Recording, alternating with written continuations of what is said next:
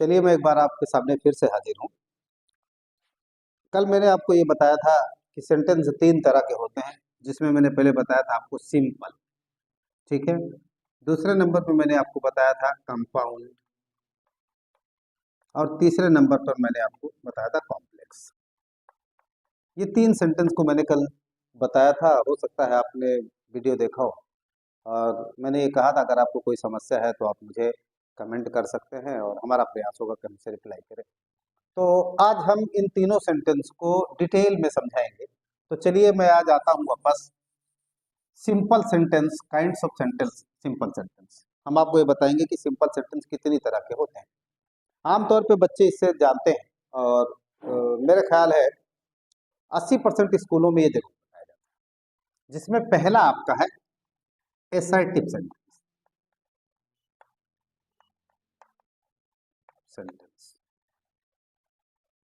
अब यहाँ आपको समझना होगा, मैं नंबरिंग कर रहा हूँ, उसको आप आराम से समझते जाइए। एसर्टिव सेंटेंस को अगर हम हिंदी बनाएंगे तो ये कथनात्मक वाक्य होता है। क्या होता है? कथनात्मक वाक्य। अब इस नाम के आधार पे एक आप अंदाजा लगा सकते हैं कि कथन होगा, इसमें इसमें कथन ही होगा। और जब कभी हम कथन की बात करते हैं तो कथन हमेशा दो प्रकार का होगा। कथन दो प्रकार का होगा, दो प्रकार का होगा। अब हमने इतना लिख दिया कि कथन दो प्रकार, इसका मतलब है कि कथन जब भी आप करेंगे तो सिर्फ आप दो प्रकार से करेंगे। पहला कथन का पहला है जिसे मैं नंबरिंग ए कर रहा हूं। नंबरिंग ए होता है अफर्मेटिव, अफर्मेटिव। और नंबर 2 होता है निगेटिव। दोनों में एक साथ लेके चल रहा हूँ, बहुत हार्ड टॉपिक नहीं है इसलिए मैं बहुत हल्के लेके चल रहा हूँ। निगेटिव आगे सेंटेंस लगा लीजिएगा। तो अफर्मेटिव को हम पॉजिटिव भी कह सकते हैं, अफर्मेटिव को हम पॉजिटिव भी कह सकते हैं। और निगेटिव का तो सिर्फ अपना एक है, डिनायल भी कह लेते हैं, हालांकि लोग कम इस्तेमाल करते हैं। बहरहाल अफर्मेटिव का मतलब ये वाक्य में, ये वाक्य कुछ वाक्य को स्वीकार करता है, स्वीकार करता है, करता है। इसका जस्ट अपोजिट है निगेटिव। ये हर बात को नकार देगा, हर बात को नकार देता है, यानी नकार देता है, नकार देता है। यहाँ दोनों में डिफरेंस है। जैसे आसमान की दो औलादें हुई, आपने देखा होगा आसमान की दो औलादें हैं, एक सूरज है और एक चांद। दोनों में डिफरेंस क्या है? सूरज गर्म रोशनी देगा और चांद ठीक उसका उल्टा चलेगा, ठंडी रोशनी देगा। यही फर्क है, एक हाँ बोलेगा, एक ना बोलेगा। एक हर बात को स्वीकारेगा, दूसरा हर बात को नकारेगा। जैसे हम यहाँ लिखेंगे Sita is a fair girl, Sita is a fair girl. यहाँ हमने कहा Sita is a fair girl. अब देखिए दोनों के अर्थ में कोई डिफरेंस नहीं होता। आप ये ना मत समझिएगा कि एक हाँ बोलेगा एक ना बोलेगा तो दोनों के अर्थ में डिफरेंस हो सकता है, नहीं। ये समझना होगा कि दोनों के अर्थ में डिफरेंस नहीं भी हो तो भी निगेटिव ही रहेगा। जैसे हमने इस वाक्य को लिखा कि Sita is a fair girl, अगर ये निगेटिव वाला इसी बात को बोलेगा तो क्या बोलेगा? सीता इज नॉट एन अगली गर्ल, एन अगली गर्ल। अब आप देखिए दोनों में डिफरेंस क्या है।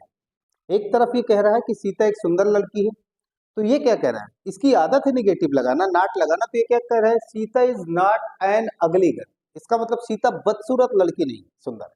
दोनों के अर्थ में सेम है। या ये कहेगा Hari is tall, Hari is tall, Hari is tall. ये एक्सेप्ट करता है कि ऐसा है। इसकी बात क्या है? उसी बात को कहेगा, कहेगा सेम बात को, लेकिन निगेटिविटी के साथ कहेगा। तो ये कहेगा हरी इज नॉट शॉर्ट। देखिए बात एक है, ये कह रहा है हरी छोटा नहीं है, ये कह रहा है लंबा है। लंबा है मतलब कद में लंबा है, ये कह रहा है शॉर्ट नहीं है, छोटा नहीं। बात एक, दोनों के अर्थ में कोई फर्क नहीं हुआ। ये कहता है लव मी, लव मी, मुझे प्यार करो। इंपरेटिव में भी आता है और एक्सेप्टेंस भी आ रहा है। अगर ये बोलेगा तो ये कहेगा डू नॉट, क्या कहेगा? Do not hate me. देखिए दोनों के अर्थ में कोई फर्क नहीं हो रहा है, आप अंदाजा लगाइए। एक कह रहा है लव मी, मुझे प्यार करो, तो दूसरा क्या कह रहा है? मुझे नफरत मत करो। इसका मायने क्या है? इसका सीधा सा मायने है कि प्यार करो। ये कह रहा है Shashi is, Shashi is working hard, working hard. ये कुछ भी बोल सकता है, या कहीं और ले लो, अमन डज नॉट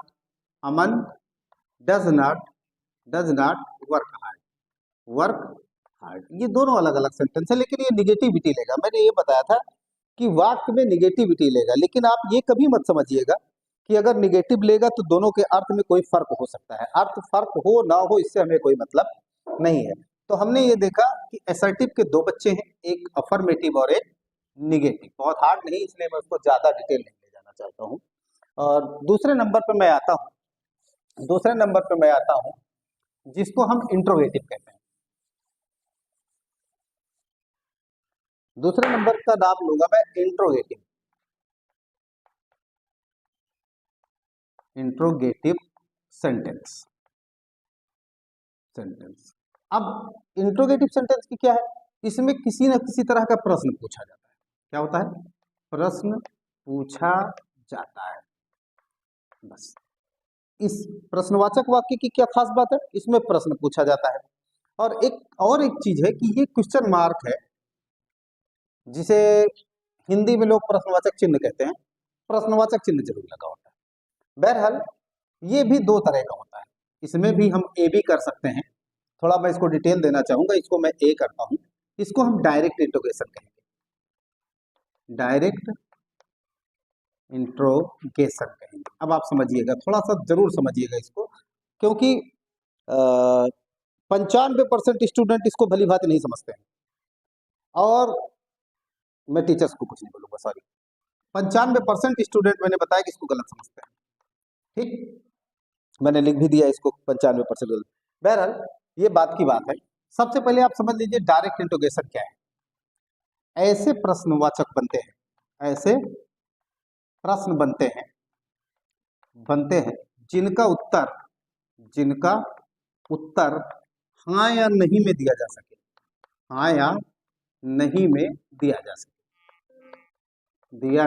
सके। अब ये अहम है, सबसे अहम यही है कि डायरेक्ट इंट्रोगेशन वो होता है जिनका उत्तर हाँ या नहीं में दिया जा सकता। अब कुछ भी बोलो, जो जी चाहे बोलो, उत्तर में मैं हाँ बोल दूंगा, खलास। उत्तर में मैं ना बोल दूंगा, खत्म। अब जैसे मैं हिंदी लूंगा, थोड़ा सा इंग्लिश में वर्णन कर सकता हूँ, लेकिन मैं आपको समझाने के लिए हिंदी लेना चाहूंगा। जैसे मैंने कहा, क्या विराट एक अच्छा बल्लेबाज है? अच्छा बल्लेबाज है। अब यहाँ एक क्वेश्चन हमने कर लिया आपसे। मैं आपसे पूछता हूँ, मेरे सामने आप बैठे हैं और मैं आपसे पूछूं कि क्या विराट एक अच्छा बल्लेबाज है, तो आप जवाब में दो ही शब्द दे सकते हैं, पक्का? या तो हाँ बोल देंगे या तो ना बोल देंगे। तो इसका जवाब आपका क्या होगा? हाँ या ना, हाँ या ना, अपनी पसंद। एक शायर लिखता है, इस बाजारे महफिल में हर दिल का सौदा। क्या लिखता है? इस बाजारे महफिल में हर दिल का सौदा, पसंद अपनी अपनी, ख्याल अपना अपना। ठीक है, अपनी अपनी पसंद है, मुझे विराट पसंद। दूसरा मैं आपको लिखता हूं कि क्या लता जी एक अच्छी गायिका है? अच्छी गायिका है। तो यहां मुझे लगता है कि 99.99% का जवाब हाँ में ही होगा, ये मुझे लगता है। तो या फिर भी कुछ लोग ना कह सकते हैं, जवाब हाँ या ना में दे सकते हैं। एक आध उदाहरण मैं और दूंगा। क्या राम मर्यादा पुरुषोत्तम थे? मर्यादा पुरुषोत्तम थे। यहां मैं फिर से एक प्रश्न आपसे करता हूं, क्या राम मर्यादा पुरुषोत्तम थे? तो फिर मैं ये कहूंगा कि 99% लोग इसका जवाब हाँ में देंगे। लेकिन हाँ, कुछ ऐसे हो सकते हैं जो इन्हें बुरा कह सकते हैं, ना भी कह सकते हैं, लेकिन जवाब हाँ या ना में हो सकता है। अच्छा, आपके समझ में यह आया होगा कि यार जिनमें क्या शब्द पहले आता है वही प्रश्नवाचक है। ऐसा कुछ नहीं बेटा, भैया ऐसा कुछ नहीं। जिनमें क्या शब्द पहले आए ये तो काफी हद तक सही है, लेकिन आपको ये समझना होगा कि क्या इसका उत्तर हाँ या ना में दिया जा सकता है। चलिए मैं थोड़ा सा ले जाता हूं। जैसे मछलियां क्या भेड़ बकरियां? क्या भेड़ बकरियां हैं? यहां मैंने एक वाक्य लगा दिया। अब यहां देखिए, हमने क्या की पोजीशन दूसरा डाल दी, क्या की पोजीशन मैंने दूसरे पे डाल दी। अब हमने आपसे पूछा कि मछलियां क्या भेड़ बकरियां हैं, तो क्या जवाब दोगे? यही कहोगे, नहीं सर, काम खलास। देखिए यहाँ हमने क्या बीच में डाला है, तो ये कभी मत समझिएगा कि क्या शब्द पहले आएगा तो वो सहायक क्रिया लगा के काम चला लूंगा, नहीं, ये हमेशा दिमाग में रखिए कि जिसका जवाब हाँ या ना में हो जाएगा उसका प्रश्नवाचक सिर्फ और सिर्फ हेल्पिंग वर्ब से बनेगा, दूसरा कुछ आ ही नहीं सकता। अब क्या चाहे यहाँ आए, चाहे यहाँ आए, चाहे यहाँ आए, चाहे लास्ट में ठोक दे। चलिए मैं लास्ट में ठोक देता हूँ। आप सोचते हो कि सर लास्ट में ठोक सकते हैं क्या? अरे मैं तो कहीं भी ठोक सकता हूँ। आइए, जैसे आप पागल हैं क्या? आप पागल हैं क्या, ये लीजिए, हमने लास्ट में ठोक दिया, ठोका ना। अब आप क्या जवाब दोगे? मैंने लास्ट में क्या लिया और ये कहा कि आप पागल हैं क्या, तो आप बोलोगे नहीं यार, अच्छा खासा शरीफ आदमी हूँ, पागल कैसे बोल रहे हो? तो यहाँ देखिए, हमने दो वाक्य खासतौर से इसलिए लिए कि समझा सकूं कि इसका जवाब आप हाँ में देंगे, इसका जवाब आप ना में देंगे, इसका जवाब हाँ में देंगे या ना में देंगे। यानी ये जितने भी तरह हमने प्रश्न किया, चाहे हमने लास्ट में क्या लगा दिया हो, चाहे हमने बीच में क्या लगा दिया हो, चाहे हमने शुरू में क्या लगा दिया हो, आप देख रहे हैं, तो इन सब का जवाब हाँ या ना में होगा। डायरेक्ट प्रश्नवाचक, डायरेक्ट इंटरोगेशन वही होता है कि जिसका उत्तर हाँ या ना में शुरू हो। यहाँ थोड़ा सा आपको ध्यान देना होगा कि जिनका उत्तर हाँ या ना में शुरू होगा वो प्रश्नवाचक शब्द शुरू में आए, बीच में आए, किनारे आए, अंत में, ऐसे मतलब नहीं, सहायक क्रिया पहले रखिएगा। इतना आप समझ गए? चलिए मैं ज्यादा बड़ा नहीं कर रहा हूँ आज, मुझे लगता है मेरे वीडियो कुछ बड़े होते थे इसलिए मैंने उसको छोटा किया है। अब अगला नंबर हम देते हैं, नंबर बी करेंगे, indirect, indirect interrogation. Number B हमने किया इनडायरेक्ट इंटरोगेशन। इनडायरेक्ट इंटरोगेशन क्या है? ऐसे प्रश्नवाचक, ऐसे प्रश्न जिनका उत्तर, जिनका उत्तर विस्तार में देना पड़े, विस्तार में देना पड़े। अब इसमें ऐसे प्रश्नवाचक आएंगे जिनका उत्तर विस्तार में देना पड़ेगा। अब आप ये सोचो कि जो पूछेंगे मैं हाँ कह के काम चला लूंगा, ऐसा होगा नहीं, किसी भी दशा में नहीं होगा, 101% नहीं होगा। आप जानिए, जैसे मैं आपसे प्रश्न करता हूं, कोशिश करिएगा जवाब हाँ या ना में देने की। जैसे आप कितने भाई हो? कितने भाई हो? ये लीजिए, अब आप क्या जवाब देंगे? आप ये बोलेंगे हाँ मैं 4 भाई हूँ? नहीं, मेरे ख्याल से ऐसा जवाब नहीं देंगे। आप सीधा बोलेंगे मैं 4 भाई हूँ। अच्छा, ये जो फैमिली प्लानिंग का जो सिस्टम चल रहा है, यहाँ जो लोग बच्चे बैठे हैं इनसे मैं बात करूंगा। फैमिली प्लानिंग एक अच्छी योजना है, किसी भी देश के हित के लिए अच्छी योजना है, लेकिन जब मैं इस पर विचार करता हूँ कि 2 बच्चे की जो पॉलिसी है, हालांकि मैं उसके खिलाफ बिल्कुल नहीं, बच्चे 2 ही अच्छे, लेकिन कभी कभी मुझे लगता है कि इन 2 बच्चे की पॉलिसी ने कुछ रिश्ते खत्म कर डाले। मसलन जिनके सिर्फ 2 लड़के हैं वो क्या जाने बहन क्या होती है, या जिनकी यहाँ सिर्फ 2 लड़कियां हुई वो क्या जाने भाई क्या होते हैं। अब आप चलिए दूसरी पीढ़ी के ले लेते हैं कि अगर हम 2 भाई हैं, हमारे बच्चे हुए, तो वो क्या जाने बुआ क्या होती है। चलिए ठीक है, फिर और ले लेते हैं, मैंने जिसके यहाँ शादी की वो इकलौती लड़की थी, मेरे बच्चे मुझसे पूछते हैं पापा मेरी मौसी नहीं है क्या? ये किस वजह से हुआ आपको पता है? ये 2 बच्चे की पॉलिसी की वजह से हुआ। खैर आप इसको अपनाइए, बच्चे 2 ही अच्छे। उसके बाद देखिए, यहाँ आप कितने भाई हो, तो इसका उत्तर आप क्या देंगे? हाँ ना में तो नहीं दे सकते। दूसरा, या राम का भाई, राम का भाई अब कहाँ रहता है? अब कहाँ रहता है? अब आप क्या करोगे? जवाब दोगे कि हाँ राम का भाई अब अयोध्या में ही रहता है? नहीं, आप सीधा बोलोगे साहब वो तो आज भी अयोध्या में ही रहता है, बोलोगे ना। या रशीद शेख बार बार, बार बार क्यों जाता है? क्यों जाता है? अब आप कारण बताओगे साहब शर्मिला का टाइप का है, चला जाता है, सामना नहीं कर पाता, ऐसे ऐसे जवाब आपके होंगे। लेकिन अगर आप सोचो कि हाँ मैं बोल दूं या ना मैं बोल दूं, तो मुझे नहीं लगता कि ऐसे जवाब आप दे पाओगे। इसका जवाब आपको विस्तार में ही देना पड़ेगा। मेरे ख्याल से 2 3 4 वाक्य आपको समझ में आया होगा, ज्यादा बढ़ाने की जरूरत नहीं है। मैं फिर तीसरे वाक्य की तरफ आऊंगा, सॉरी दूसरे वाक्य की तरफ आऊंगा। दूसरे वाक्य की तरफ मैं गया था, अब मैं तीसरे वाक्य की तरफ आऊंगा। मेरी अक्सर कैलकुलेशन बहुत गलत होती है। मैं नंबर 3 पे चलता हूँ। ध्यान रहे कि हम सिंपल पढ़ रहे हैं इस समय, ये जरूर ध्यान रहे कि सिंपल पढ़ रहे हैं और सारे वाक्यों में एक मिनट पर होगी, ये ध्यान रखना। तीसरा आपका है इंपरेटिव, इंपरेटिव सेंटेंस। सेंटेंस आगे जोड़ दीजिएगा, क्योंकि सेंटेंस इसकी जाति है तो जाति तो लास्ट में लगेगा ही लगेगा। अब जैसे इंपरेटिव सेंटेंस कैसा होता है, जिसमें आज्ञा हो, जिसमें आज्ञा हो, जिसमें सलाह हो, जिसमें निवेदन हो, तीन चीज, आज्ञा, सलाह और निवेदन। अब अगर सेंटेंस को पढ़ने के बाद आपको लगता है आज्ञा है, आपको लगता है सलाह है, आपको लगता है निवेदन है, तो वो वाक्य इंपरेटिव होगा, दूसरा कुछ नहीं हो सकता।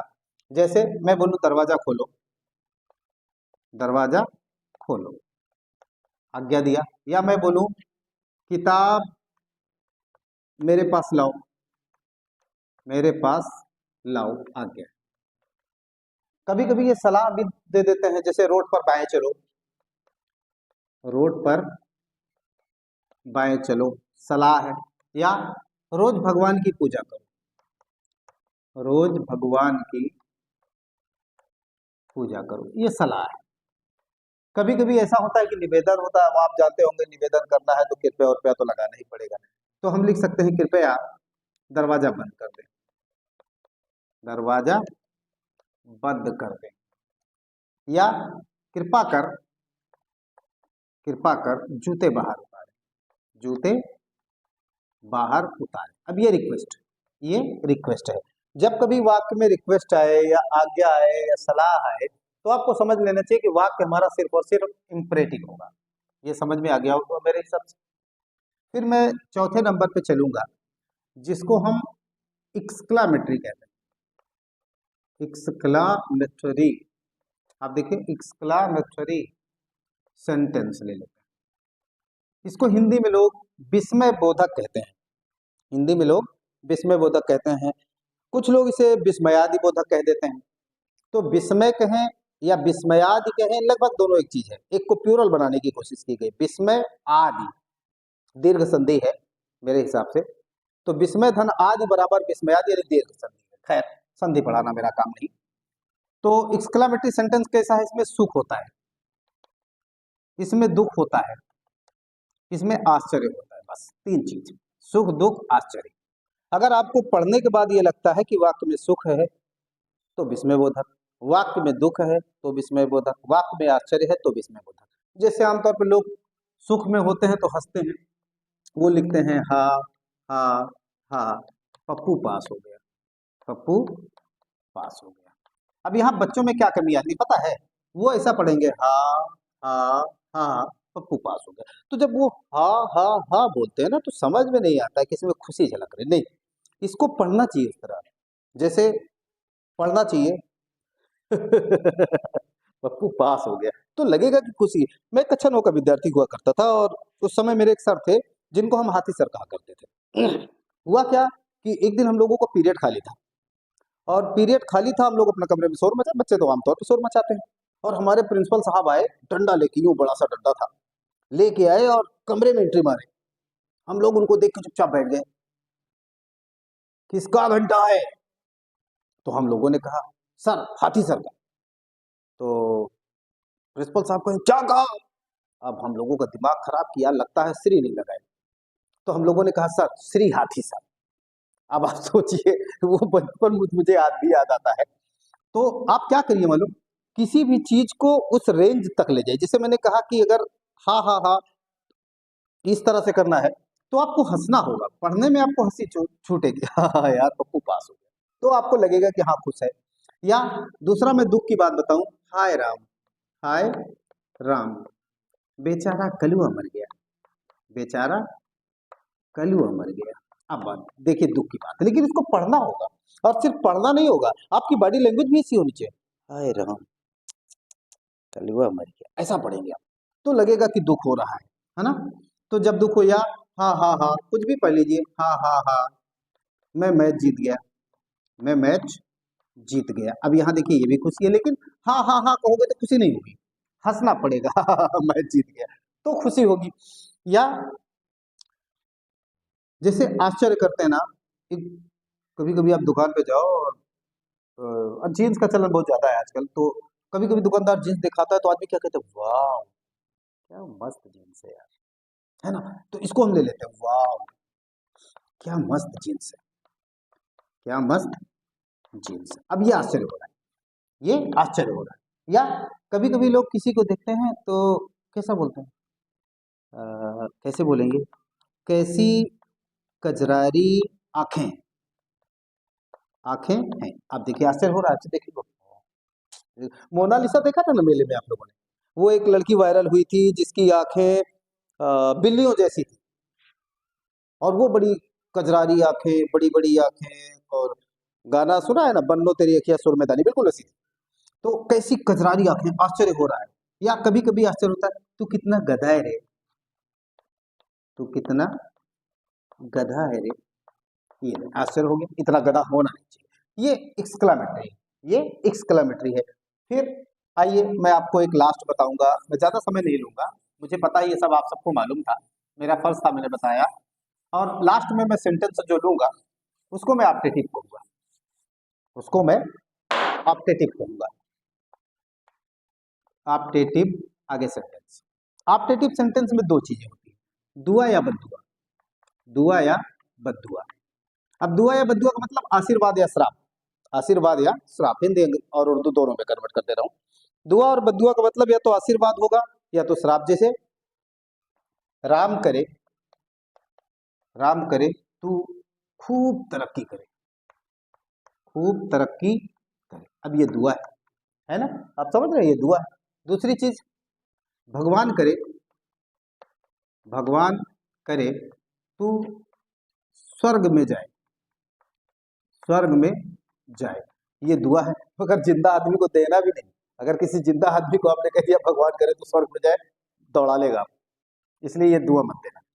और या खुदा करे, खुदा करे तेरा बेड़ा गर्क हो, तेरा बेड़ा गर्क हो। अब बताइए, बेड़ा मतलब वो नाव जैसा, आपको समझ रहे हैं ना, तो तेरा बेड़ा गर्क हो, ये बद्दुआ है, ये क्या है, बद्दुआ है। या राम करे, राम करे तू बर्बाद हो जाए, तू बर्बाद हो जाए, ऐसी सी बद्दुआ आती है इसमें।